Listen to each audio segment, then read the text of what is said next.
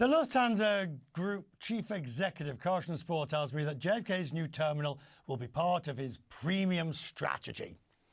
Lufthansa will be the first tenant of T6 when it opens in 2026.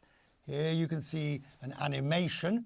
Lufthansa owns roughly 12, no, it's got 11 airlines, and when ITA comes along it'll be 12. It has Austrian, Swiss, Brussels, Eurowings, 49% of ITA, so on and so forth. With the best part of 700 planes plus, it's a fleet that's on par with the big US carriers. Now, United Airlines has 945, Delta 745, Americans 965. When Lufthansa takes over ITA, as it surely will, it will have best part of 820. Carsten Spohr's trying to expand in the United States. He joined me in the C-suite in the sky, and he said the US was a major, growing, significant market. The size of the Lufthansa Group is nicely portrayed by the fact we have 11 flights a day now into JFK if you add ITA to it. So this is a flagship of our premium strategy in one of our most important markets for sure. Are you going to be able to bring them all together in one? Well, that's the idea. And depending how many more airlines we buy, no, just kidding. We'll get to that. We'll get to that. Just kidding, but ITA is a big step forward. It's 3 flights a day in the summer. We fly from Rome to JFK, so that brings our number from 8 up to 11. And again, this is one of our most premium focused markets in the world. And with our global premium strategy, this fits nicely into that. The significance of the US to Lufthansa Group, at one level it can't be overstated, because it's so huge from north, south, east, west. And I look at the number of gateways that you have here. But at the same time, it's also amongst the most competitive, isn't it? It is, and has been for many, many years. But anyway, we have been growing up to 26 destinations in the US now. And in the summer, it's 60 flights, more or less every day, or up to 60 flights a day we bring into the US. Of course, our partnership with United is the backbone of our success as well. So jointly, we basically manage 1/3 of the transatlantic capacity between United and us, and we try to grow that market share, absolutely. You've got Austrian, Swiss and Lufthansa. Lufthansa's just got a new business class and a new first class, but you really need to find a way to use that on the other airlines as well, to save the money and to get the cost savings. And we do. And you have different seat covers in different colors. So obviously Lufthansa will show its blue and gray, and Swiss will show its red. And behind that, the seat is the same. Surely the purchasing process is the same. The insurance process is the same. The IT is the same. So whatever the customer does not perceive as an add-on value in terms of diversity or complexity, we streamline. Where the customer sees the value, and this is where the European USP kicks in. Switzerland has a different hospitality than Austria, Belgium than Germany. We try to keep that. Uniforms, meals. This is a thing where Europe wants to be different, not just from the US, but also from each other. And we try to portray that in our European business model.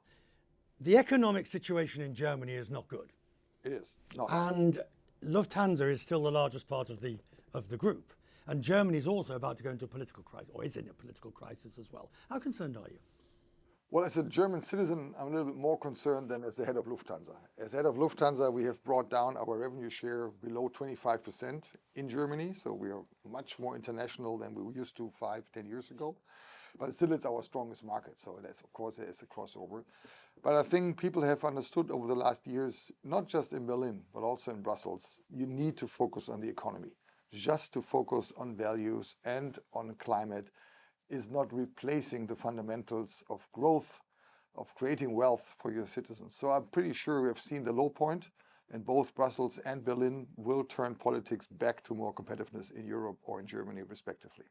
On the aviation, what more problems are there? How many supply problems, engine problems, aircraft delivery problems? It just goes on and on. Well, first of all, how's it affecting you? Let's talk about the one problem we do not have. Right. Demand. Our industry is as sexy, as looked after from the demand side as it has never been. I think COVID even helped the industry to show its value. So that, I think, is very comforting. People want to fly, be it for business, not to the same degree as before, but to a certain degree. Leisure is booming around the world. That is a positive driver. On the other hand, indeed, supplies chains are interrupted, and in my view, it will be until the end of the decade. Really? It's not just the visible supplies and OEMs and aircraft and engine, it's the underlying supply chains which will take years to fix. It's difficult. It is, and It's frustrating. Actually, it's frustrating. Yes, to be honest, even though I'm on TV, I will say, yes, it is frustrating also for me, because these airplanes, help you to get your sustainability targets achieved. They provide better service for the customer, because in our case, new seats are equipped. They are less noisy in sitting inside. What's the But next I think mission? the focus right now in the Lufthansa top management is the customer experience. We are not as reliable as we want to be, I think, as an industry, but you're now asking me for Lufthansa, so we want to be back to punctuality levels we have seen before. We want to be back to baggage levels we have seen before. We want to go back to customer satisfaction as we had seen it before. If you are a global player, home-based in Europe, you need to be as much better as you are more expensive in the way you produce your product. So for us in Lufthansa, there is no alternative to premium. We have been doing, dealing with the ITA story for 2 years, I think. So we made a big step last week, or this week actually, sorry. So this now is our next. I was skeptical. You and I talked about it at the time when you made it. I said, it'll be difficult and it'll all end in tears. For Lufthansa, Italy is our second most important non-home market. Number one is the US, number two is Italy. And also connecting, by the way, we are bringing more Americans to Italy than we bring Americans to Germany. Say that again. We're bringing more Americans to Italy than we bring Americans to Germany as Lufthansa, even though we don't have ITA yet in our portfolio. So that shows the importance of those two markets for us, the US and Italy. Connecting them directly, I think, is one of the big next strategic steps for us.